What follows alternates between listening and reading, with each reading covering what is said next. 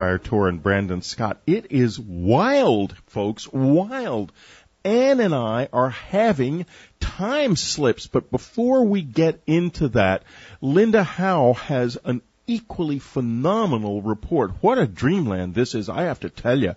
From England, she has talked with the world's leading exobiologist about that red rain in Kerala, India a few years ago. He's been studying it, and he could be in the process of discovering the first life form from outer space. So here she is from Albuquerque, Linda Moulton Howes. Thanks, Whitley. It was nearly half a century ago, in 1960, a mathematics graduate student from Colombo, Sri Lanka, set off on his first international trip to Cambridge, England. His name is Chandra Wickramasinghe. He was fascinated by stars in the night skies, wondered about other life out there, and his Cambridge University advanced degree was in astronomy. His faculty supervisor was the famous Cambridge astronomer Fred Hoyle. The two men had the curiosity and courage to look for other life in the universe by studying cosmic dust. And their controversial panspermia hypothesis was that the universe is teeming with at least microbial life, which can be transported from one cosmic location to another. In their collaboration, the two astronomers felt strongly that the double helix DNA found in all Earth life had been seeded here by comets or other cosmic bodies, and that same DNA would be found in all life forms throughout the cosmos. Now there is a discovery in rainwater that fell on the southwestern tip of India in the state of Kerala, which might challenge the idea that all DNA in this universe is the same. 5 years ago, in July 2001, Kerala residents said they heard a loud boom, then red rain fell, which stained their white clothes. News of the red rain mystery reached Dr. Godfrey Lewis, a physicist at Mahatma Gandhi University in Kerala. He collected many test tubes full of the red-colored rainwater and put some of the odd liquid under a microscope. He was stunned by the beautiful rust color of what seemed to be living cells. The cell diameters averaged 10 microns, a little bigger than a human blood cell, which is about 7 microns. Dr. Lewis reported as many as 15 daughter cells budded within one mother cell and then broke out of the adult cell. That was clearly a process of replication. In normal Earth biology, replication requires the presence of DNA. But Dr. Lewis could not find evidence of DNA in the multiplying cells in his test tube. 8 months ago, in January of 2006, Dr. Lewis contacted astrobiologist Chandra Wickramasinghe, now at Cardiff University in Wales. Soon, Professor Wickramasinghe had some vials of the red rainwater to study and sent some to biologists at Sheffield University in England. America's Cornell University also received some red rain samples to analyze isotopic ratios. Elements confirmed so far are hydrogen, silicon, oxygen, carbon, and aluminum. But there still is no definitive confirmation of DNA or what makes the cell walls red. This month, on August 7th to 8th, I was in the microbiology lab at Cardiff University to see the red rainwater for myself and to talk with Professor Wickramasinghe and his graduate student, Nori Miyake. Nori has tried to break open the cells to amplify whatever DNA might be there. Nori showed me the pale pink rainwater in test tubes, and you can see photographs at my news website, www.earthfiles.com. At the top of the headlines page is a hot link to this red rain report with photographs and microscopic images. Nori told me he has never seen such thick, hard cell walls, which he could only partially penetrate. He is concerned about contamination in the fluorescent techniques that he tried, which indicate there might be DNA, but in his fluorescent research, there have been variables which might be false positives. He does not even know if he ever extracted anything from the red cells because the walls were so thick and hard to break. The Cardiff lab director, David Lloyd, told me he thinks the rainwater cells might be some kind of earth yeast cell, which also replicate by internal budding. And he postulates that maybe some kind of yeast rose up into the clouds over Kerala, multiplied into literally tons of cells, which then came down in the multiple rains. But Dr. Lloyd cannot explain why there would be red rain only in the summer of 2001, and none reported before or after until July 2006. There was another red rainfall in July this year over Kerala, almost exactly 5 years to the day of the first red rain. In June, when I interviewed Professor Wickramasinghe for Earth Files in Dreamland, he was reluctant to give up on the red rain cells having recognizable Earth DNA. But by August 8th, his mind was opening to the possibility that his and Fred Hoyle's panspermia theory might now have to accommodate other life in the universe that might not be exactly like Earth. Subscribers, I have a few things to tell you. First, The Grays comes out on August the 22nd. Your book plate, if you were a subscriber, an active subscriber as of August the 15th, is in the mail and should be coming within the next couple of weeks. Ann and I are both going to be on George Noory on August the 24th.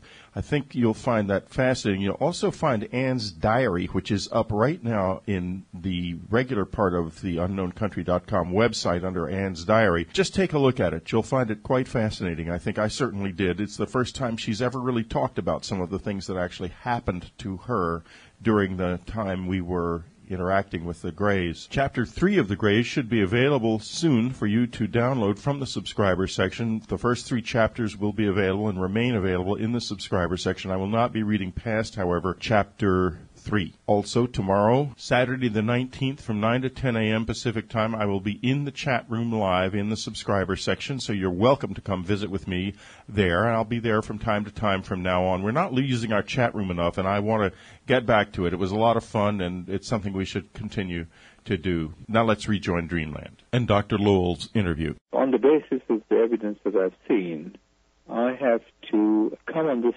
side of an extraterrestrial origin for the red cells. I think the first injection of these cells in 2001, or even earlier than that, most likely came from space. And is it fair to say, if I summarize, that on the one hand, we have the sound of the boom that might relate to incoming chunk of ice that could have been carrying something that resembles yeast cells, but it came from outer space and replicated in the upper clouds, or it was a red yeast from our Earth that rose up in the air for some reason and replicated in the clouds? That those are the two, one terrestrial and one non-terrestrial? I think those are the two contending theories, that the sonic boom that was heard was a source of the red rain cells, that a small piece of a comet exploded and brought the material, either the whole of the material that went into the red rain, or of a minute fraction that was then multiplied in the clouds. Alternatively, that the red rain was something that was just lofted up from the surface of the earth, maybe from the trees and in the winds and so on. I personally find that almost incredible, that these are earth organisms that could have been lifted in such great quantities into the clouds. They don't look like earth organisms in the details that are available at the moment. There are some generic similarities to yeast cells, but that doesn't exclude a yeast cell coming from outside. Maybe yeast-type cell with a totally different DNA, or maybe no DNA, as we still have to determine that. There is a continuing puzzle, but between the two alternatives, an Earth-based origin and an origin from space, I would err on the side of an origin from space.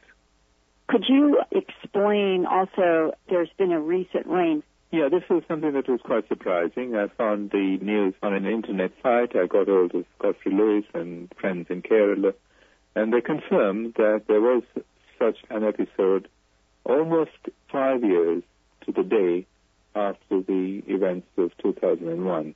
So this would have been in July of 2006. July 2006. Now, how does one explain that? I think it's very difficult to explain that in terms of an earthbound cycle, some replication cycle of yeast perhaps on the ground, 5-year replication cycle. That doesn't make too much sense. On the other hand, comets have periods that vary from 3 years to very long periods. Halley's comet has over 80-year periods and so on. So there's a whole range of periods associated with comets. And one could easily imagine a stream of cometary particles with a period of precisely 5 years and the Earth crossing this stream on a regular basis.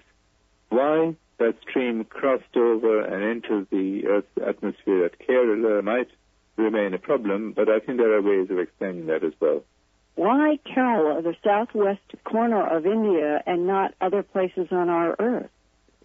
I think other places on the Earth also would have been receiving these red rain cells. It wouldn't have been noticed, I think. The other places around Kerala, if you think of a belt of latitude that goes around the Earth, where Kerala is, then east of Kerala is the Indian Ocean all the way to Sahara, and west you have the mountains. And so if this red rain fell over a huge strip of land going maybe half the way around the world, Kerala would have been the only place with the population able to detect it. But why the latitude of Kerala? That may be the problem. The Earth's latitude at Kerala seems to be implicated in some way, and that may be connected with the way that this comet stream intersects the Earth. And that latitude of Kerala is what? I would think about 10 degrees north of the equator. But to date, there still is even a mystery about why there would be repetitive red rains in Kerala, India. There is a mystery of almost unparalleled proportions in terms of any terrestrial biological cycle. If you can think of any earthbound cycle that has a 5-year period in yeast cells, that's very difficult to come up with. So I think that is, to me, a clear indication that it's been driven from outside. But on the existence or otherwise of DNA, there still remains a considerable uncertainty. I would like to think that wherever the cells came from, whether they were from the Earth or from space, that they had DNA. Simply because that's the kind of life that I'm used to thinking of, that all of life on Earth is based on DNA. So it would be a great surprise if there were red biological cells that did not contain DNA. But the arguments of Godfrey Lewis, I think, are also quite important to explore. And to this day, we haven't had definitive evidence of DNA from the tests that were done by Nori. There were fluorescence tests that were used, very standard tests that have been used, and they do show positive for DNA, but it's well known that these could be false positives. There's no really 100% detection of DNA based on fluorescence. The really crucial test would be to break open the cells and to extract DNA and then to try to amplify the DNA and see whether there is DNA and the DNA is similar to such and such cell type that we recognize. Now, there are two things to say about this. The breaking of the cells turned out to be exceedingly difficult. The cell walls were robust, almost beyond belief. Really a mammoth task to extract DNA from the cells, which we think we have done. Nori is the person who was working in the lab, and he was able to break the cells open and extract some DNA, but so far we've not been able to amplify that DNA and to make sure that the DNA is something that came from the cells.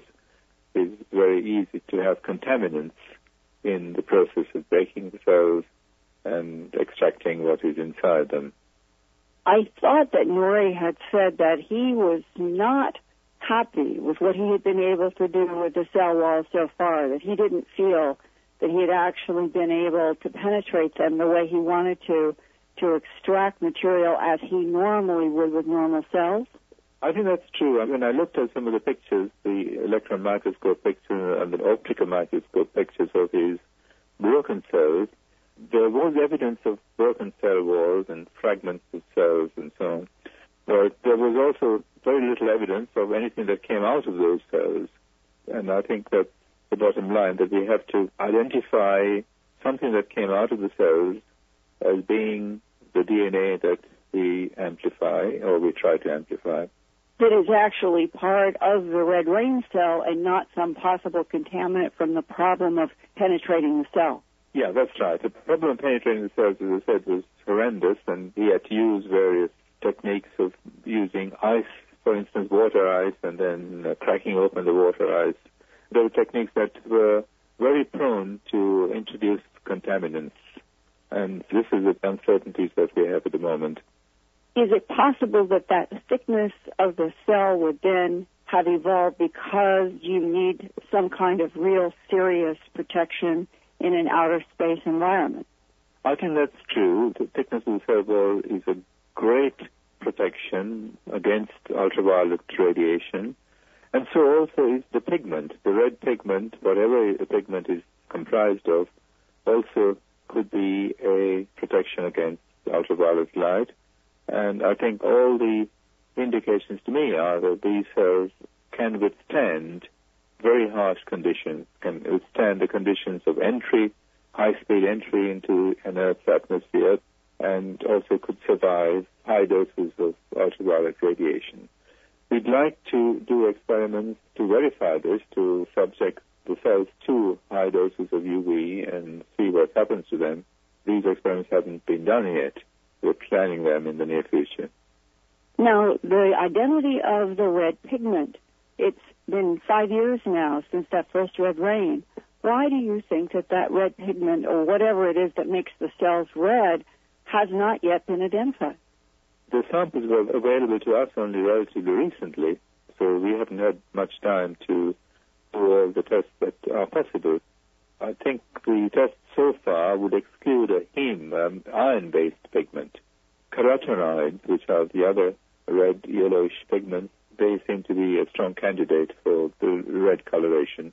As they do occur, for instance, in certain yeasts, we know that there are many types of yeast that have reddish pigments, and these are carotenoids, not anything like hemoglobin or related to hemoglobin.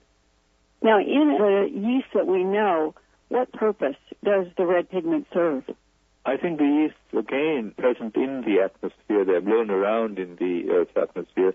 Some yeasts have also been discovered high in the sky, in the clouds, for example. And if they are to survive conditions in the upper atmosphere, then a pigment would be of great importance to screen the DNA from ultraviolet radiation. Oh, you mean that the red pigment could serve as some kind of a filtering mechanism? Yeah, the red pigment would serve as a filter mechanism. It is known, I think, in the case of many pigmented bacteria and pigmented microorganisms generally, that the red pigments serve precisely this purpose. And it would be filtering UV. And one speculation was that perhaps the red pigment might provide the energy for the cell if you cannot find DNA. I think so. It could be a light harvesting device as well. A pigment takes up a color, appears red or yellow or something, because it responds to sunlight in a certain way. It absorbs particular colors in sunlight.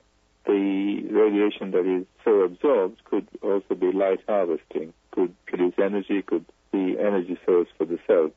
And if we are dealing with extraterrestrial cells from someplace else that came into the Earth's atmosphere above Kerala in some kind of cometary ice, and if it turns out that you and Sheffield and Cornell cannot confirm definitely DNA, what are the implications in your thinking for a life form that looks like a yeast cell but does not have DNA? I suppose I've got to rethink my entire sort of framework of scientific orthodox beliefs that DNA is crucial to life. That may not be true anymore. I mean, if this is proved to be a biological entity that replicates without DNA, then one has to look for another system, a non-DNA system that can hold information. Because what DNA does, it holds the information that is needed to reproduce. I just can't think of any other mechanism, any other chemical system at the moment, but that doesn't mean that there isn't such a system. It could be that an alien life that evolved a system that is not based on DNA. There's been speculations of silicon-based life and so on. But in this particular instance, the cells that we're seeing are just carbon-rich, and they have all the normal carbon, nitrogen, oxygen abundances. So it's not an alien life. It's not a silicon-based life or totally alien chemistry that's involved. So it would surprise me if there is absolutely no DNA. But on the other hand, I think it's also an indication that we just don't know anything about biology that might exist on a bigger scale outside of the Earth. I think we have to keep an open mind as to what types of biology exist on a cosmic scale. Could the red pigment itself be some kind of an information carrier device if there is no DNA? Not really, because I think the molecules that are pigmented usually are carotenoids and so on. They're not long chains of information-carrying systems. So I think that's probably unlikely. And what is your guess on the red rain of Kerala in terms of being able to prove that it came in from outer space on a comet? That is a very difficult issue to resolve with absolute certainty. If there was no DNA, then that would be an indication that is almost compelling in the direction of an alien incursion. If there was DNA, then one has to analyze the DNA and make sure that the DNA is totally disjoint from any living form, any known type of yeast that exists on the Earth. And then one might have some ambiguities, but then I think that would also be an indicator of an alien invasion. That would be the nearest one would get to complete proof. And I tend to think that sooner or later, something like the red rain would happen, which would be the smoking gun for panspermia, which would absolutely decisively demonstrate that we are not alone, but our life here is connected to a much bigger life system in the cosmos. Dr. Godfrey Lewis, currently in Kerala, India, will be flying to Cardiff in mid-September to join about 30 other astrobiologists and Professor Wickramasinghe at Cardiff University, a kind of symposium in which these astrobiologists will put their heads together to look at what the data is so far on these mysterious red rain cells that have fallen now in multiple rains only in Kerala, India, or at least only found in Kerala, India. And they are going to see the data presented by Professor Lewis, who says that when he applies high temperature and high pressure, up to 300 to 350 degrees Celsius, which is about 600 degrees Fahrenheit, that he sees acceleration in the replication of these cells in the test tubes. So far, Cornell, Sheffield, and Cardiff have not duplicated that work. But Professor Godfrey Lewis is going to present his data, which he thinks further supports the fact that these are cells that somehow have evolved to survive in high temperatures and high pressures that might exist somewhere else in the universe. Wow, what an awesome report. We'll be right back with Linda Moulton Howes.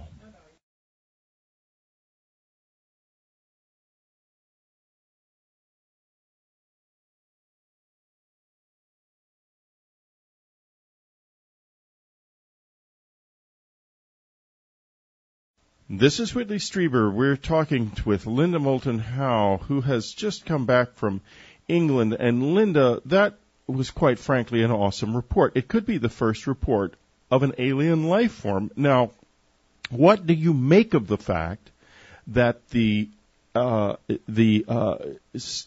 red rain has returned? Oh, it is one of the most surprising developments. It shocked Professor Wickramasinghe, and it shocked me when I heard. But when he said that this might reinforce the idea that the Earth is going through the tail of some kind of cometary material, on a 5-year cycle now that either the comet hasn't been identified, it may be a phenomenon that was going on before even 2001, but for some reason, that particular summer, the white clothes of people were stained by this rain. Maybe it had fallen, as he said, in a previous 5 years. Maybe it had fallen further in some direction, but that 5 years ago, this material came down where there was a population. And now, the fact that 5 years, almost exactly to the day, I believe it was only 1 day off of July 2001 to 2005, that the exact same thing happened, you can see from an astronomer's point of view that that suggests a cycle. And the one thing that we do know, that cycles in our solar system can be comets on a 3-year period, 5-year period, and so forth. And it doesn't prove that it is a comet. It does not, and he's the first to admit it. But the scientists have to start with theory somewhere. And when we've got now at least data points of 2001, multiple rains for 2.5 months, and now 2006, July, at least one rain. So far, he has not had reports of other rains, which would be different from 2001. But just like we go through with the Perseid and the Leonid and the other meteor showers, sometimes they are great, and sometimes they are hardly anything. Well, it's just a tremendously exciting report, Linda. Thank you so much. And, folks, we're going to be taking a little break again. And next up, we're going to have Brandon Scott, Starfire Tour, and Whitley and Ann Strieber talking about some things that are just absolutely off the wall. I mean, we may be living in a matrix, as Ann and I have found out in our own personal lives. It is weird. Stay tuned.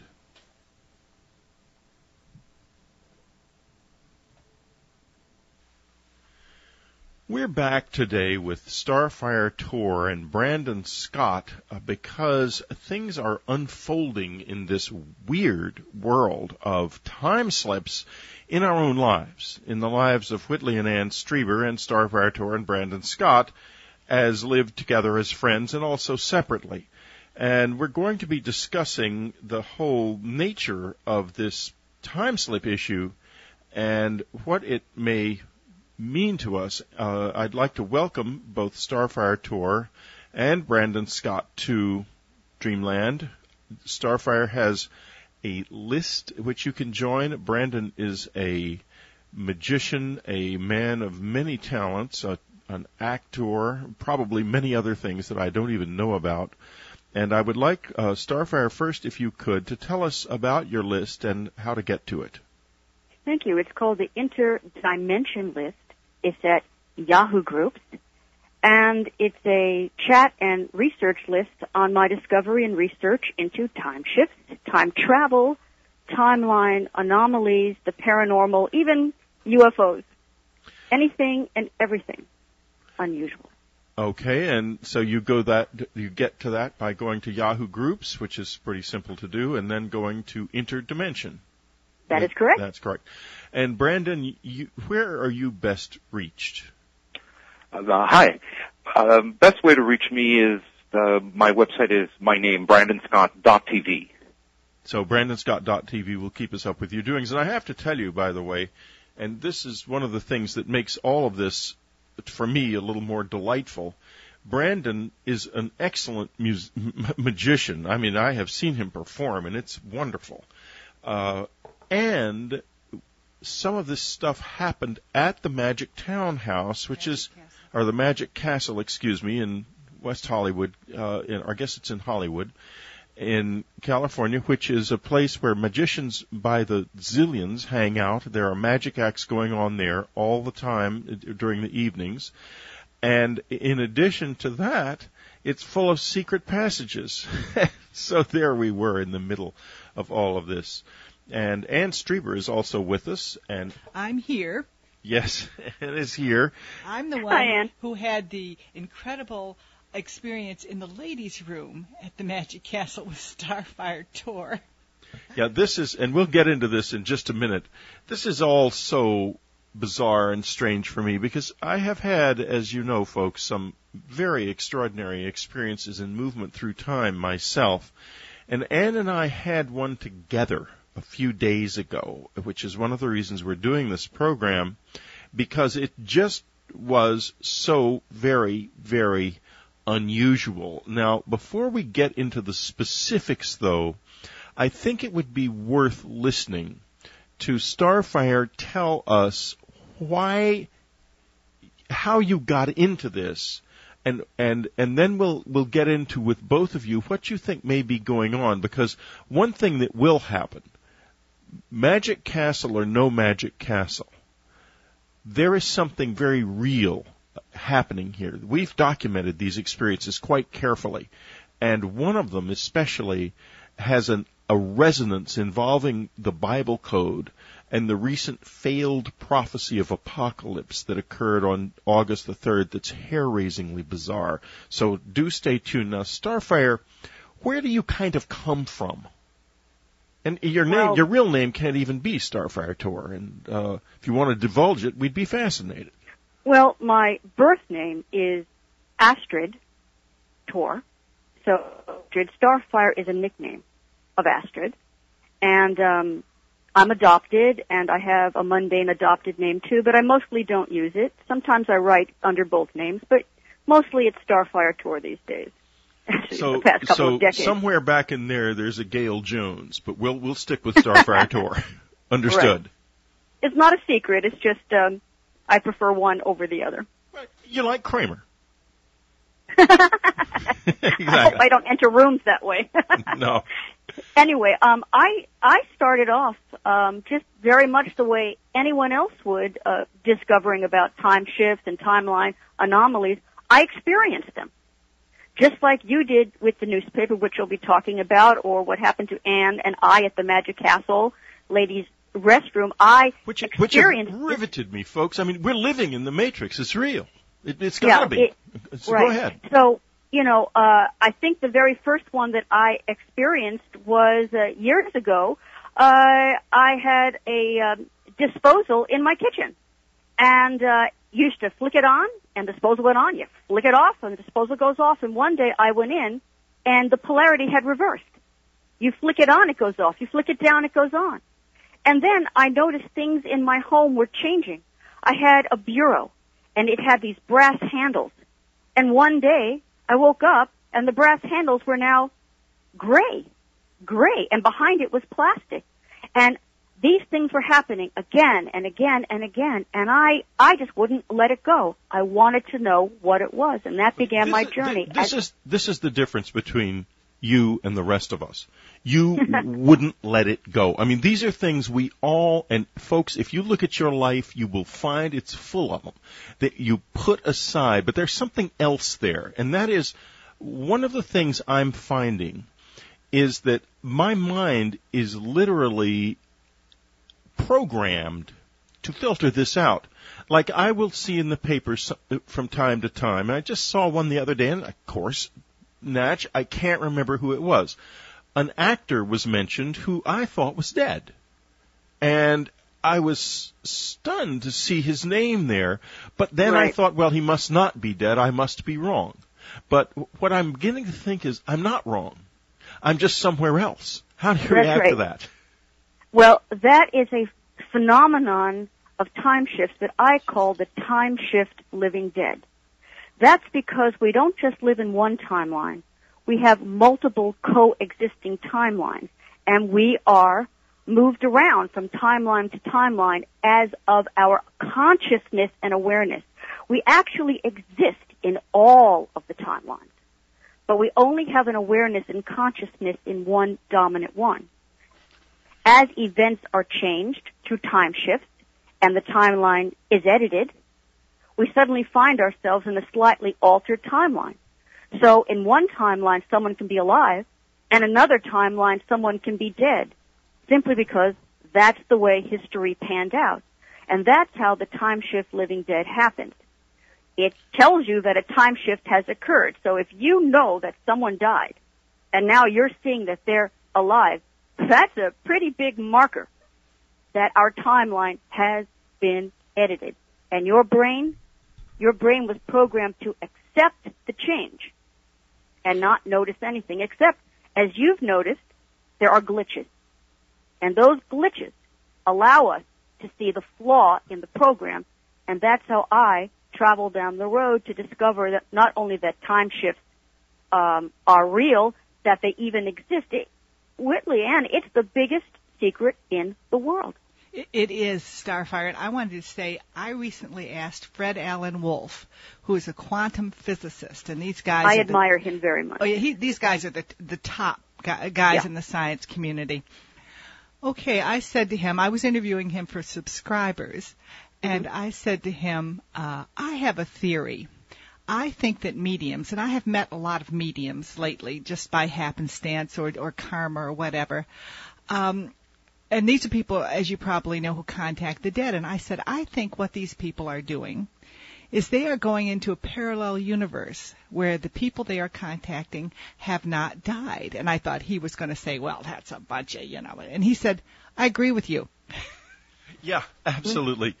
Fascinating. And I think that is what's happening. I suspect that consciousness can literally expand once we know this is happening, that not only are we living in this timeline, we're living in many timelines, that consciousness can expand so that we don't filter out what's happening in the other timelines. And we'll discuss why that would matter so much in a minute.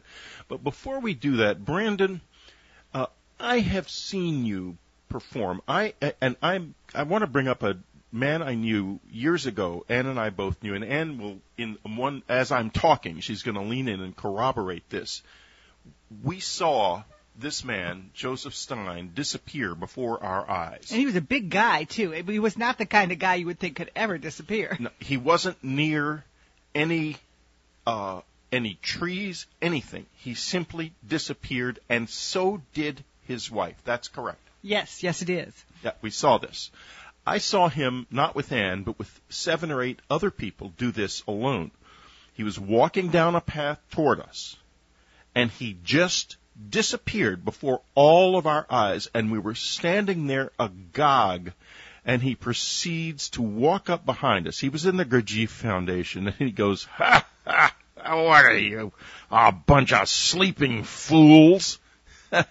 And I asked him later how he did this, and he just glared at me. He was a rough, gruff guy, and he said, "What's the matter with you asking a question like that? Figure it out." Brandon, you're a magician. You figure it out. How'd he do it? Well, I would have to actually see the conditions under which this was done to determine whether there was a technique used, other than the possibility that does exist, that this gentleman had an ability to do something as far as from the utilizing of illusion techniques. I would actually have to be familiar with the location. Could there be ways of something like this done? Well, if you say it was totally open, there was no structures whatsoever anywhere. In neither case. And it was daylight? Yeah, absolutely. There was no trees, there was no anything like that. I would actually, to give you an accurate answer, as I said, we have to look at the territory. Okay. But let's assume that the territory was as we described it, that there was, and you understand, in both cases, I went and investigated carefully to see where he had gone. The same way Starfire did with the ladies' room at the Magic Castle. Right. And now, let me ask you this. As a magician, are there any tricks that seem to you to perhaps, without even maybe the magician realizing it, to actually utilize movement between parallel universes or dimensions to make them work?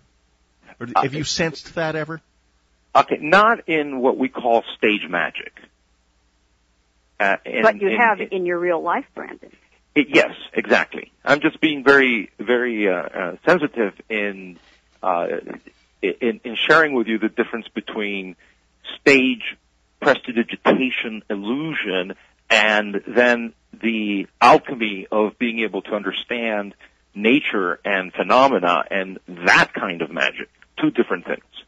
We're going to be back in just a moment, and you'll never guess who's going to show up. Bigfoot. We'll be right back.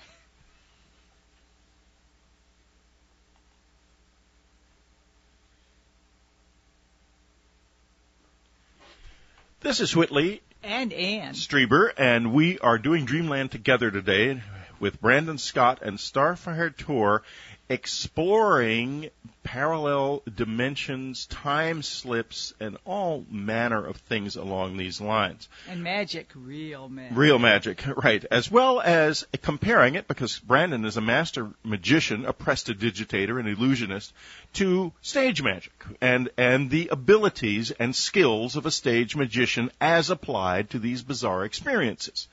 So, why are we doing this? Well, one of the reasons is it's tremendously empowering because once you realize, as Ann and I did when we just met Starfire and Brandon, I think Brandon just sent me an email and I found it fascinating and we got kind of going that way, or we were introduced in any case. When I first heard about this from Starfire, my reaction was, ho hum. Another weird thing in a life so full of weird things that I could fill 2 filing cabinets. And then it kind of grew, and we noticed one night we were walking home from somewhere, and we didn't cross one of the streets that we usually cross, and yet we got home anyway. A little thing, and then other things happened. Now some big stuff has happened. I want to go into another area just briefly. I want to segue into cryptozoology, which I'm sure both of you guys are familiar with. And I want to postulate something. There have been many situations. I'll give you a good situation from the opening of Colm Kelleher's terrific book, Skinwalker, about the NIDS Ranch, the National Institute for Discovery Sciences ranch in Utah, which Bob Bigelow, who was the head of the institute, bought because it was so anomalous. All kinds of weird stuff was happening there. The family who lived there had just moved in there when a dire wolf, that is a wolf that his head comes up to a man's chest from the Pleistocene, came up to them, came running across a field, came up to them, and was friendly, but then proceeded to jump into a corral and try to eat a calf. They emptied a shotgun and a rifle into this animal with no or little effect. It eventually ran away, and they tracked it through a swampy area. They determined that the animal weighed about 300 pounds because they could see the tracks. The tracks abruptly stopped. Now, I think that animal went into a world where a dimension where the Pleistocene has never ended, or hasn't ended yet, where there are still dire wolves floating around. And I think that since the animal was perfectly capable of grabbing and injuring this calf, these people are probably lucky to be alive. Now, they also got hairs from the animal. The hairs were DNA tested. No matches. No matches. Folks, guys, have you ever felt like you could move into another world? Or are you closer to it now than you used to be? Brandon, why don't you lead off? Actually, the possibility of going from one timeline to another, this is really an area where Starfire has done a lot of the research. Oh, I know that. That's why I asked you to lead off, because I knew it was going to be short. Right. I have both seen this and I have experienced it myself. I have not always been able to explain it. When I'm invited to do research with someone like Starfire invites me, I try to determine unintentional misidentifications of physical phenomena, or as well as intentional physical fraud that might be perpetrated by a claimant.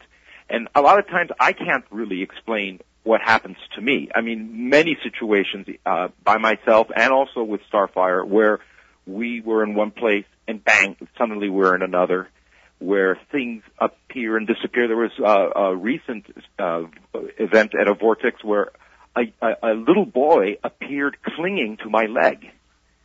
And it was written on that report was written up, and we actually been still investigating that, and I believe that what happened at the Magic Castle could even be connected to that. Connected to it as an ongoing, Starfire, are you there? Oh, I'm listening to every word. Yeah. Yes. Well, It did happen. Starfire kind of like is the authority on the core matrix and timeline anomalies. So for an explanation as to how that wolf could have walked through in and out of a different timeline, I would actually turn to her. Well, I guess that's my cue then. Sounds like it, Starfire. And by right. the way, folks, we're going to continue on in the subscriber section because Dreamland is only 48 minutes long, and we've got more to talk about than that. But we'll get to everything that I have said we would get to today in Dreamland. Let's go. Well, Whitley, you are absolutely right that it is not only possible for animals and places to move from coexisting timeline to coexisting timeline, but there have been documented stories of people who have suddenly walked into another timeline. They see Civil War soldiers, or they come across a house that they later learn is actually burned down, so how could they possibly have been in it or seen it? This is well documented, and this is part of the timeline anomaly conflict. So having a Pleistocene wolf come through, it's not that the wolf had any powers to move through, it's that something happened. And there are these portals and doorways and vortexes, and that's what makes life very interesting. So, yes, I believe it's extremely possible and probable that beings from other timelines can absolutely bleed through and then, hopefully, return back. Unless they don't necessarily return back. And this gets back to the experience you guys had in that mall that Brandon was just referring to. The little boy. Tell us a little bit, either one of you wants to speak up, about the little boy and the woman he was with and the whole sort of experience there. Right. Well, I think I'll just riff that one out. Brandon and I were in this part of the vortex because we were doing some of my research. We were on one of the escalators going up. It's very narrow. Two people can stand side by side. There was no one above us, no one below us, and no one on the escalator going down beside us. And while we're just a little bit halfway up the escalator, a little boy materializes, seemingly out of thin air, clinging to Brandon's left leg. And I say, Brandon, a little boy just appeared, and Brandon can't really feel it. And he turns around and he sees the little boy. Now, we've gone back and we've investigated this thoroughly as we did the Magic Castle timeline anomaly event. These escalators have glass sides, so there was no place for the boy to hide. Brandon did all the research, and then we called security. I was very concerned. Did we have a boy from another timeline? Did he just materialize and pop over from some other part of the complex? You had a little kid in a shopping mall. We had a 3-year-old boy. Yeah. Right. We had a 3-year-old boy, and I was very concerned that we had a boy that had somehow traveled through time and now was stranded with us. So how we was made he every dressed? Was he dressed? What? Was he dressed in modern clothes? He was dressed in regular pants and a red pullover sports shirt. He could have been anywhere from the 1950s up to modern day. He was not dressed in baggy pants or anything modern day hip hop or anything of that nature. It was very standard, very well groomed. Hair was shortly cropped and dark. You really couldn't tell his heritage origins. He spoke English perfectly, and he was very ultra intelligent and articulate. He was amazingly articulate. He sounds like a kid from about 50 years ago, frankly. We really don't know. Then, just to shorten the story, we called the security. Brandon and I did some research, and the boy took us and the security guard, I don't know, about half a football field's length away from where he had appeared, and he pointed to a store indicating that that's where his mother was. We looked, there was nobody there, and then poof, the mother just appears. Just appears. And the little boy and she have this reunion, and they're very blasé, like nothing is wrong, nothing has happened. I walk up to her. I just want to make sure this thing is real and not some sort of a hologram. And I tap her on her shoulder, and I say, excuse me, but, do you realize that your little boy was alone in this large place, the things that could happen? She looked up at me like with this blank stare. And I could hear her talking English to the son. It was very strange. It was surreal. Again, that was like about 50 years ago, because nowadays parents are terrified of kidnapping from some of the things that have happened, and they're usually frantic if they can't find their kids. Again, that's like half a century ago. Well, hi. Yeah, I was going to add that there's a lot of surrounding things going on here, including some witnesses thinking that the kid was with me, seeing the kid also just kind of appear, and other things that were shifting from the time we arrived at this vortex and afterwards, that it's a connected thing. Starfire, whenever you're with Starfire, you tend to have these experiences, and so many connected experiences as well that, gosh, it would fill books. Okay, we got to come back in just a second. We're gonna move on into the Magic Castle experience and the newspaper experience, and then in the subscriber section, we're gonna get down to the nitty gritty and find out from Starfire just why it is that people who are around her have this happen, as Ann and I have personally and irrefutably experienced. We'll be right back.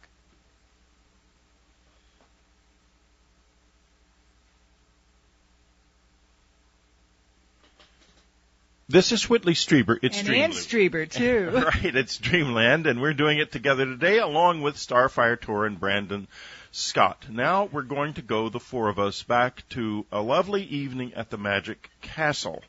We have had, Brandon has shown us some wonderful close-up card magic, no question about it. It was prestidigitation, and it looked interdimensional because he's good.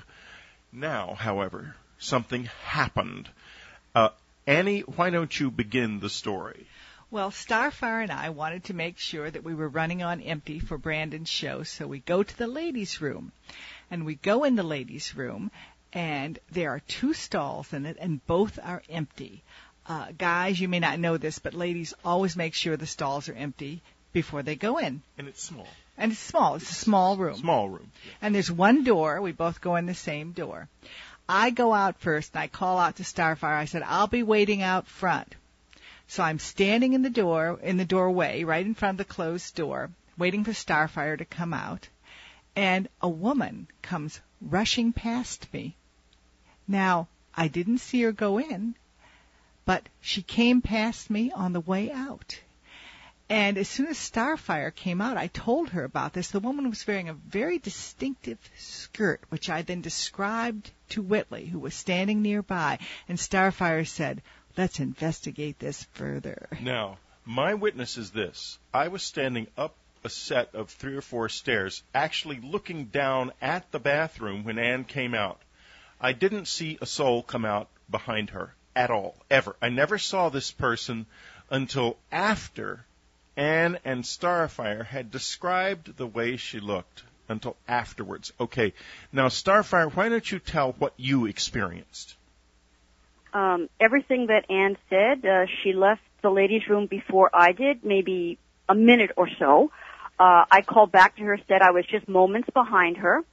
Ann left the ladies' room, you mean? That is That's correct. Right, yeah. And when Ann left the ladies' room, I was the only person left in there. We went in.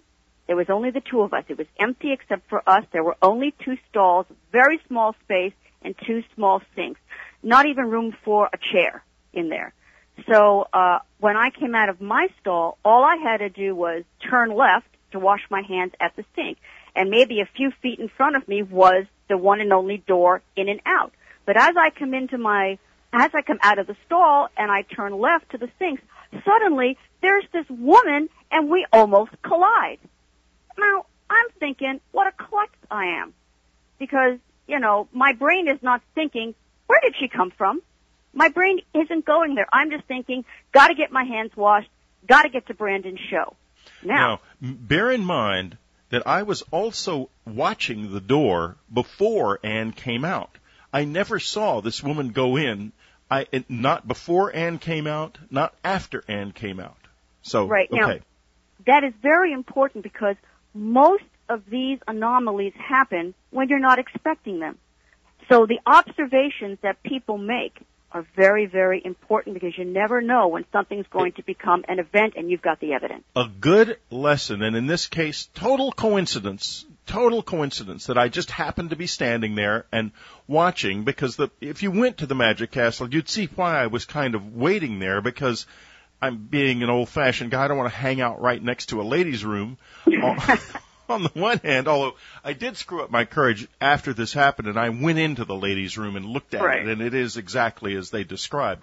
And we'll talk in a minute about whether or not there are any secret doors in there, because that's been looked at, too. Right. Now, go ahead. I'm sorry, Whitley. Pardon me. Please.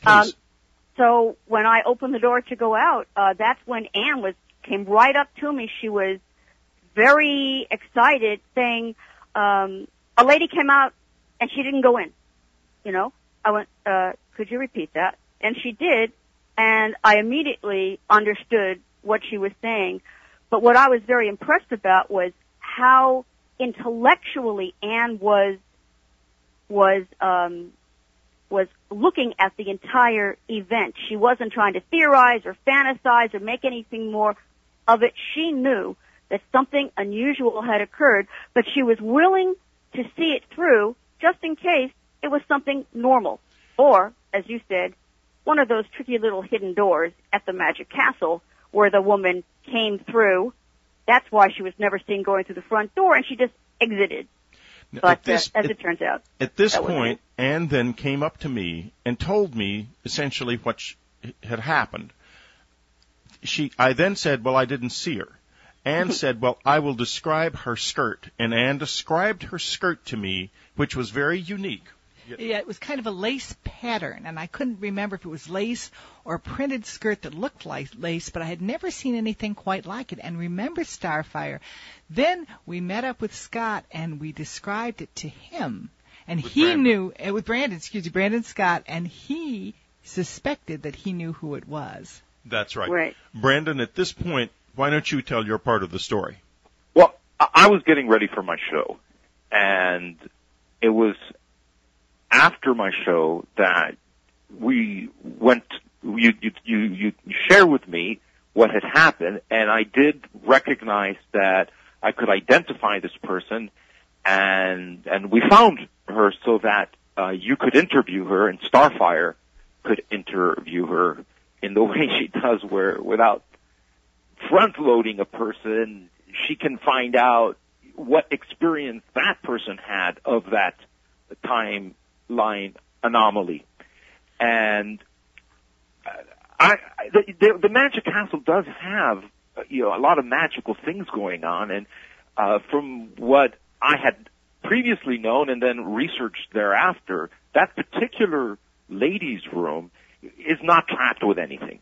It was actually built after the mansion itself was constructed. It used to just be air, and never really used for anything but a ladies' room. And we did go back and thoroughly examined every inch of it, the walls, make sure there's no trapdoors, no hinges, no panels, any possible way that I needed to be convinced myself. And you, as a professional magician, you're going to find anything like that because you know how they're made. Yeah, exactly. And I know what to look for. I know between looking for your illusional, mechanical kind of things. And Starfire and I went back there and spent a considerable amount of time. Actually, I'd never spent that much time in a ladies' room. And you've never been in that ladies' room. I've never been in. In all the years I've worked there, I've never really even been in it. That's right. It was one of the few rooms in the Magic Castle you actually had never utilized. I mean, exactly. Even if there was something left from the past that somebody tried to, we were trying to figure out if this lady would have even known that existed, or that had access of using any panels or anything, but they did not exist. What seems to have occurred is that whatever was going on in that person's life, and whatever was going on in the timeline of you, Whitley, Anne, and Starfire collided, and Starfire interviewed her. Let's go there right now, because we know who she was, and we know her side of the story. So Starfire, why don't you tell that? This was very, very important, because I had an immediate feeling that this was actually a person that was at the Magic Castle. This wasn't a time traveler. This wasn't some person flung from some far corner of the earth. I felt that we had a merging of two coexisting timelines, and that we were just off by seconds or even minutes. Okay? In other words, I was going on the hunch that this woman has a memory of entering that ladies' room through that one and only door and exiting the ladies' room through the one and only door. And when I interviewed her, that is exactly what we discovered. That is her memory. She remembered almost colliding with me, and then she left the room. But the interesting thing is, she couldn't remember why she went in there. She just remembers going through, almost colliding with me, and then exiting the room. Why was she in there to begin with? She doesn't know. I heard her say that, and I because when we knocked on the door, that Brandon thought she was behind, and there she was. I recognized her instantly, right. And you said, "Oh, I just almost bumped into you at the sink a few minutes ago," and she said, "Oh, yes, you did." It was complete proof. It was amazing, and she was wearing that skirt. That's right. I witnessed, and so did, I think Brandon did too, witnessed this exchange. So I can attest to the fact that it happened just exactly the way Anne and Starfire described it, and the lady involved has not the faintest idea that anything was wrong, that anything was odd. She's just living her life. Right. Only not all of it in the same dimension or in the same timeline that we were. That's correct. Actually, the way that it works with these time anomalies is that woman entered and exited the ladies' room in both of the timelines, okay? But Anne and I, the timeline that we were in where we didn't see her enter, well, what happened is it's like a bad movie edit where there's a jump shot. So it looked like the woman never entered the ladies' room to Anne and our awareness, but she had. It was just that when the timelines merged, they did not coordinate time. That's why I call it time shift. Time appears to shift. Time shift. We're going to take a little break right now. To learn more about Brandon Scott, you can go to brandonscott.tv, and to learn more and get involved in your own work with time slips and your own observations, you can go to Yahoo Groups, and the Starfire's group you can join is Interdimensional. Interdimensional. Okay, when we get back, we're going to be talking about the newspaper incident, and then in the subscriber section, we'll go on into the who's, what's, and whys of all of this. Is there somebody controlling this stuff? We'll find out. We'll be right back.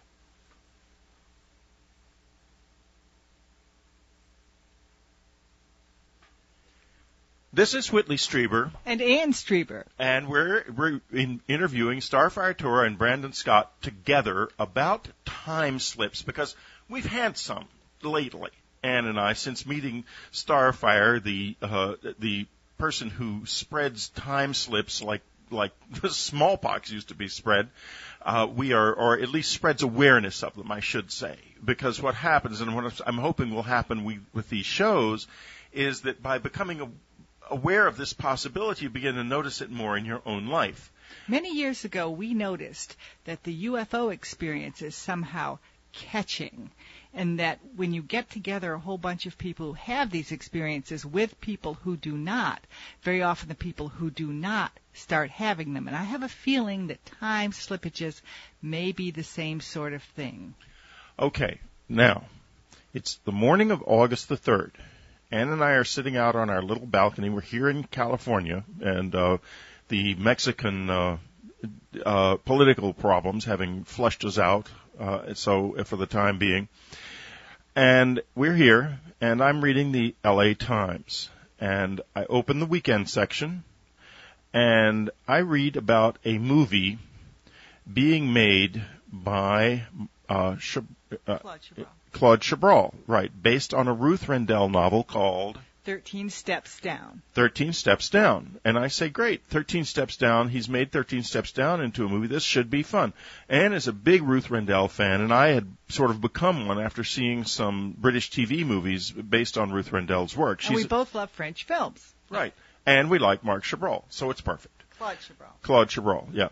So we put the weekender aside and live the rest of our day. Then the end of the day comes rolling around, and I decide I will look up the weekender again, so we'll go to that movie tonight. I look in the weekender. There is no such movie. There is nothing like that. It is not there. I'm very confused by this, because there's no question. I wouldn't have read it I wouldn't have dreamed it up, not right there, and it was in print. I saw the print with my own eyes. So I go online to try to find out what the heck is going on. It turns out that Ruth Rendell wrote 13 Steps Down last year, published it in 2005. Chabrol does often make her novels into films. He hasn't done this yet. This has not been in the theaters. Whatever weekender I was reading, it wasn't for August the 3rd, 2006. But Starfire, tell us what did get predicted for that date. Well, while Whitley and I were chatting about this back and forth, on my own list, from out of the blue, one of my list members posts a little PS at the bottom of one of her writings and says, the Bible Code had predicted that August the 3rd, 2006 was supposed to be the day of Armageddon, nuclear this and that, Israel, and I was stunned. And I wrote back to my list. I didn't reveal anything that Whitley had told me, of course, but I said, hey, does anybody know anything more about this? What's the accuracy rate? What's going on here? And then I dug into the research, and I did find that this had been buzzing around the internet, this August the 3rd, 2006. But the thing is, no Armageddon that I can see, but Whitley may have been in a timeline where that movie was made, the blurb that he read, where possibly something horrific did occur.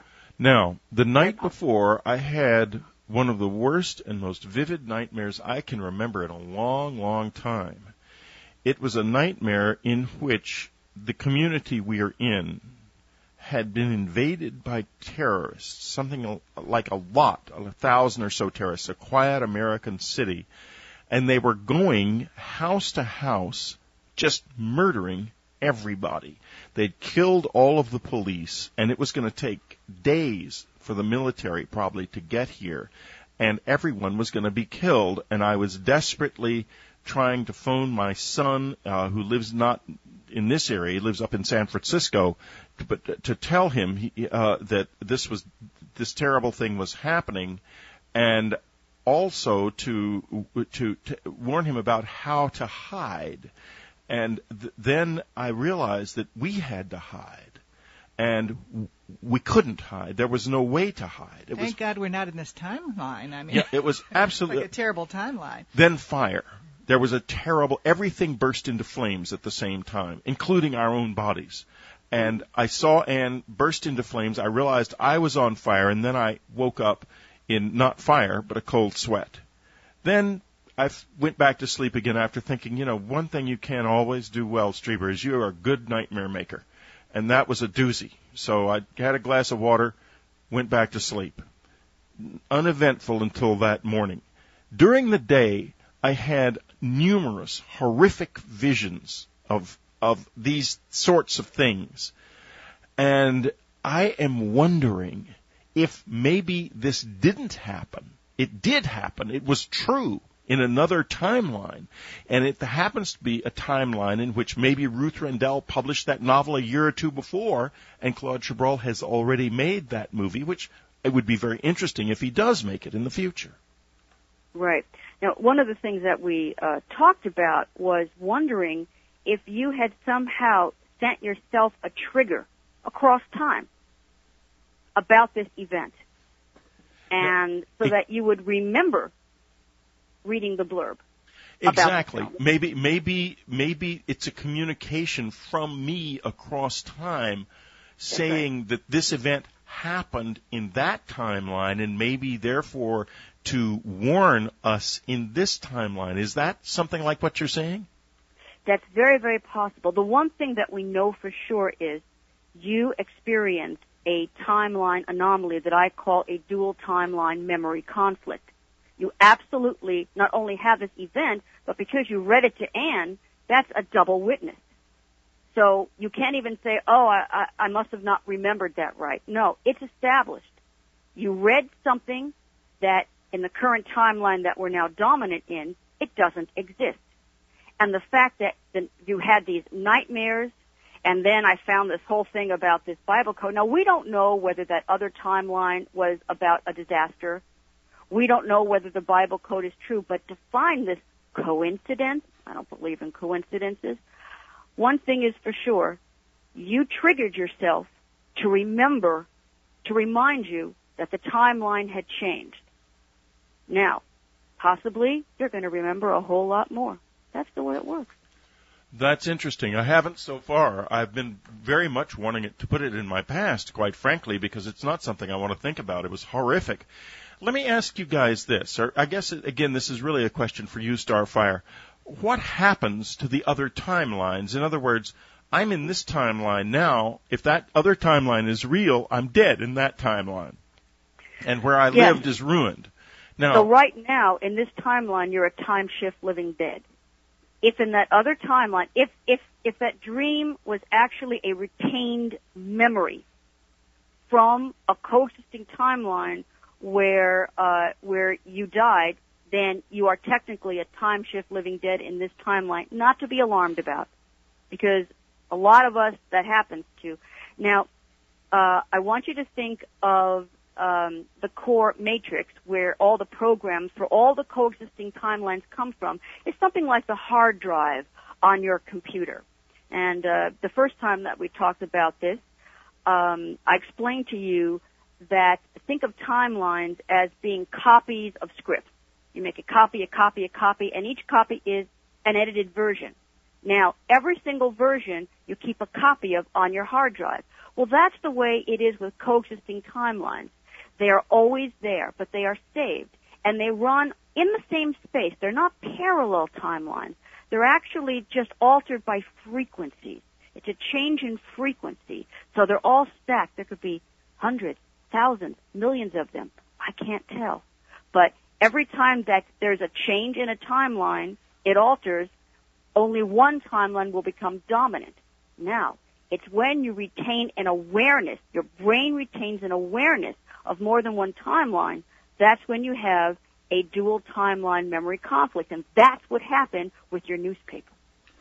That's what happened to you. Well, I'll tell you, we're very close to the end of Dreamland, and I'll tell you where I want to go with this when we talk in this further in the subscriber section. That is that I think what happened was this to me. I think that whether the Bible code was right or wrong, I don't know. But in that timeline, something catastrophic happened, and we were killed. There's no question in my mind about it. Annie and I died that day. We died then. We died probably right after reading the Chabrol thing, that all hell suddenly broke loose, is my guess. Okay. And we chose to go on living, and instead of entering whatever the world of the dead is, we shifted timelines in order to keep living now. I'm going to ask you when we get into the subscriber section, guys, and Annie is too, can we control this? Or is this a decision that we make at the moment of death, or have offered to a chance we have offered to us at the moment of death? I don't know, but I do think that something very profound happened to us on that day. Very profound indeed. Yes, and I was just going to say the same thing. Did Whitley make the choice to escape? Was that the trigger? The fact that he was able to leave that timeline and go to a safer place? And Anne, too. And the other question is this. If something is impending in this timeline, if there's some kind of great environmental catastrophe or something, will those of us, and that means you folks, who understand this or know about this, be able to make the journey to another timeline consciously, if we should so choose, or is it all part of nature? Now, I don't like to leave Dreamland with unanswered questions, but this is a big topic, and unfortunately this program is limited in the amount of time that it has. So we're going to continue on in the subscriber section, but I did what I promised. I described everything to you guys. I urge you to keep up with Brandon Scott's website, brandonscott.tv, because it's fun, and if you see him on a performance schedule anywhere, don't miss it. It's quite an act. He's good. He's real good. And Starfire Tour, I urge you to get involved in this because there really is something going on. There's no question in my mind about it. These are small things we've been talking about, but the thing is, they're damned real. They are real. It's as simple as that, real. Therefore, get in her Yahoo group at Interdimensional in Yahoo groups and to sensitize yourself to this stuff. Because I think the more sensitive to it you are, the more free you are going to be. Next week on Dreamland, Colm Kelleher is back with us. Ann Strieber has a phenomenal subscriber interview about the relationship between mad cow and Alzheimer's with Colm, who is one of the world's leading experts on this. Do not miss that. It is important. Plus, I talked to him on Dreamland about the Skinwalker Ranch, that amazing NIDS ranch where he personally, this established scientist, had really wild experiences. Next week's Dreamland is going to be very special. Do not fun, and it's something we should continue to do. Now let's rejoin Dreamland and Dr. Lowell's interview. On the basis of the evidence that I've seen, I have to come on this side of an extraterrestrial origin for the red cells. I think the first injection of these cells in 2001, or even earlier than that, most likely came from space. And is it fair to say, if I summarize, that on the one hand, we have the sound of the boom that might relate to incoming chunk of ice that could have been carrying something that resembles yeast cells, but it came from outer space and replicated in the upper clouds, or it was a red yeast from our Earth that rose up in the air for some reason and replicated in the clouds. But those are the two, one terrestrial and one non-terrestrial? I think those are the two contending theories, that the sonic boom that was heard was a source of the red rain cells, that a small piece of a comet exploded and brought the material, either the whole of the material that went into the red rain, or of a minute fraction that was then multiplied in the clouds. Alternatively, that the red rain was something that was just lofted up from the surface of the earth, maybe from the trees and in the winds and so on. I personally find that almost incredible, that these are earth organisms that could have been lifted in such great quantities into the clouds. They don't look like earth organisms in the details that are available at the moment. There are some generic similarities to yeast cells, but that doesn't exclude a yeast cell coming from outside, maybe yeast-type cell with a totally different DNA, or maybe... And none reported before or after until July 2006. There was another red rainfall in July this year over Kerala, almost exactly 5 years to the day of the first red rain. In June, when I interviewed Professor Wickramasinghe for Earth Files in Dreamland, he was reluctant to give up on the red rain cells having recognizable Earth DNA. But by August 8th, his mind was opening to the possibility that his and Fred Hoyle's panspermia theory might now have to accommodate other life in the universe that might not be exactly like Earth. Subscribers, I have a few things to tell you. First, The Grays comes out on August the 22nd. Your book plate, if you were a subscriber, an active subscriber as of August the 15th, is in the mail and should be coming within the next couple of weeks. Ann and I are both going to be on George Noory on August the 24th. I think you'll find that fascinating. You'll also find Ann's diary, which is up right now in the regular part of the unknowncountry.com website under Ann's diary. Just take a look at it. You'll find it quite fascinating. I think I certainly did. It's the first time she's ever really talked about some of the things that actually happened to her during the time we were interacting with the Grays. Chapter 3 of the Grays should be available soon for you to download from the subscriber section. The first 3 chapters will be available and remain available in the subscriber section. I will not be reading past, however, chapter 3. Also, tomorrow, Saturday the 19th, from 9 to 10 a.m. Pacific time, I will be in the chat room live in the subscriber section, so you're welcome to come visit with me there, and I'll be there from time to time from now on. We're not using our chat room enough, and I want to get back to it. It was a lot of fun. Tor and Brandon Scott. It is wild, folks, wild. Ann and I are having time slips, but before we get into that, Linda Howe has an equally phenomenal report. What a dreamland this is, I have to tell you. From England, she has talked with the world's leading exobiologist about that red rain in Kerala, India a few years ago. He's been studying it, and he could be in the process of discovering the first life form from outer space. So here she is from Albuquerque, Linda Moulton Howes. Thanks, Whitley. It was nearly half a century ago, in 1960, a mathematics graduate student from Colombo, Sri Lanka, set off on his first international trip to Cambridge, England. His name is Chandra Wickramasinghe. He was fascinated by stars in the night skies, wondered about other life out there, and his Cambridge University advanced degree was in astronomy. His faculty supervisor was the famous Cambridge astronomer Fred Hoyle. The two men had the curiosity and courage to look for other life in the universe by studying cosmic dust. And their controversial panspermia hypothesis was that the universe is teeming with at least microbial life, which can be transported from one cosmic location to another. In their collaboration, the two astronomers felt strongly that the double helix DNA found in all Earth life had been seeded here by comets or other cosmic bodies, and that same DNA would be found in all life forms throughout the cosmos. Now, but there still is no definitive confirmation of DNA or what makes the cell walls red. This month, on August 7th to 8th, I was in the microbiology lab at Cardiff University to see the red rainwater for myself and to talk with Professor Wickramasinghe and his graduate student, Nori Miyake. Nori has tried to break open the cells to amplify whatever DNA might be there. Nori showed me the pale pink rainwater in test tubes, and you can see photographs at my news website, www.earthfiles.com.